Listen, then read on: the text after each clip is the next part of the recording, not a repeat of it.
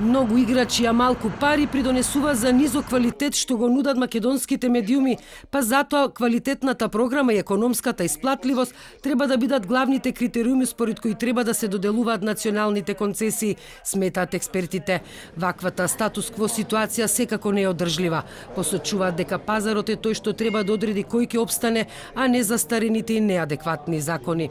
Мирча Адамчевски од Советот за етика во медиумите вели дека во Македонија има премногу телевизии и тие со квалитет треба да се борат за освојување на медиумскиот простор. Тоа не значи дека некои треба да бидат фаворизирани или они што ги имаат сега да бидат фаворизирани. Сметам дека треба што почесо се прават надзори, да се проверуваат елементите што се запишени во лиценцата и да се носат соодветни одлуки, се разбира, да не може одма да се затвора телевизијата или радиото, но ќе се даде опомена за да се усогласат условите со она што е дадено во лиценцата, а доколку некој не се усогласува за речиме за рок од 30 дена, тогаш може да му се одземе лиценцата. Дејан Георгиевски од Центарот за развој на медиумите вели дека на Законот за аудио и аудиовизуелни услуги му е потребна детална ревизија, затоа што, како што вели тој, делови од него, но и цели поглавја се застарени и не се адекватни.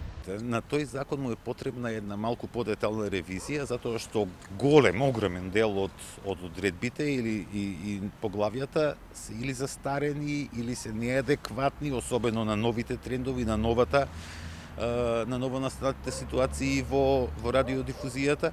Група граѓански организации веќе поднесе иницијатива до владата за таа да ги посвети своите напори, на реформите на медиумскиот сектор кој што досега не ги видовме наредната година токму на тоа, на една целосна ревизија на тој закон. Меѓу другото, тука секако би влегла и ревизија на политиката на доделување на дозволи. И Адамчевски и Георгиевски посочуваат на грчкиот модел на издавање на национални концесии како еден од подобрите кој обезбедува одржливост и квалитет на медиумите.